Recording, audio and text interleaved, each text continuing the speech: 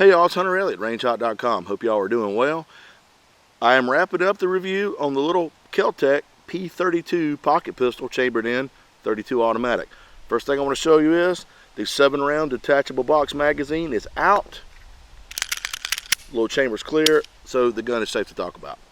And I know this gun has been reviewed ad nauseum by a lot of people because it's been out a while and it's actually pretty popular.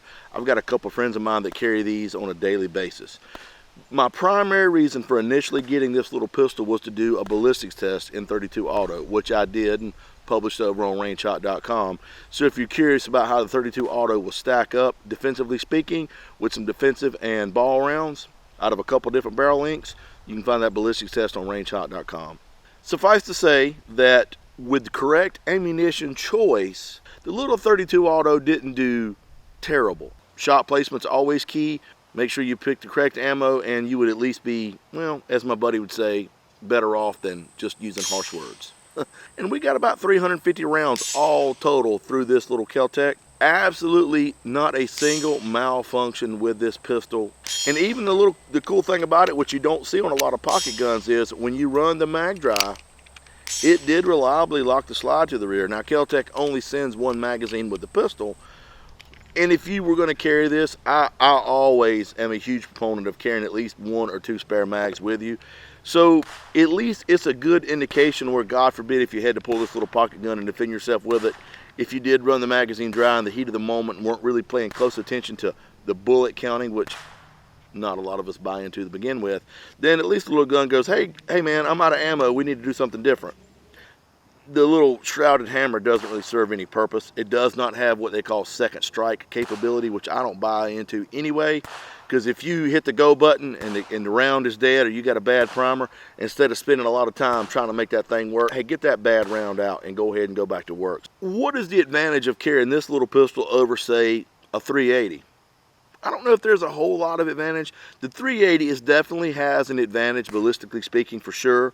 But similar size pistols in 380 auto generally run a 6-round magazine, where this, you've got one more in the magazine, which may make that difference. And even the smallest of the little 380 pocket pistols that I'm familiar with was the Diamondback. And this is actually still a little lighter and a little smaller than the Diamondback. Another really good aspect of this pistol, though, that I think would serve as, some people carry backup guns.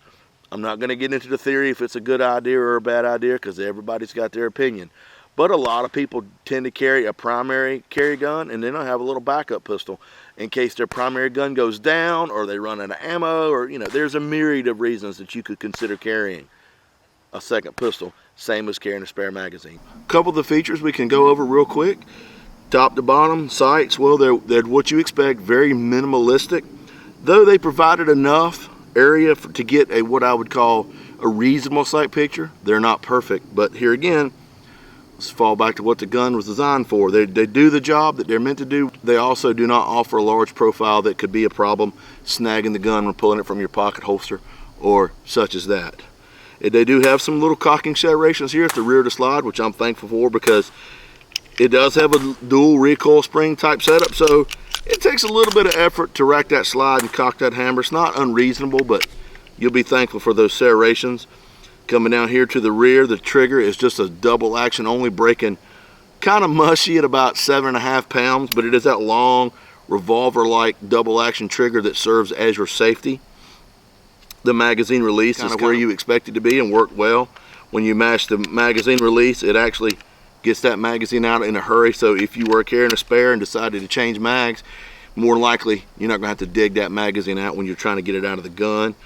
It does not have any kind of replaceable stocks, but the little polymer frame here does have plenty of texturing on what I would call where the stocks would be, and so it does give you a reasonable area here to grip. As far as on the back strap and front strap here, it is slightly serrated, so getting a pretty good purchase on the gun for what it is not bad. But with me, with my hands, which I have large hands, my ring finger barely just catches the bottom of the magazine.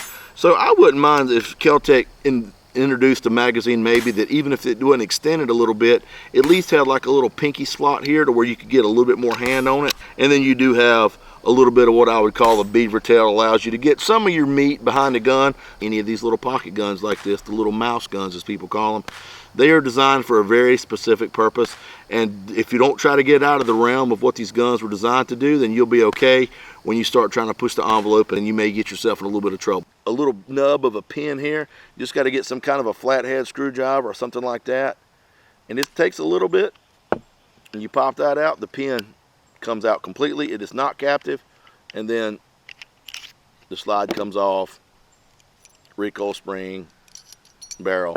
Y'all know the drill, how that works. So it's very simple to field strip, take apart, maintain.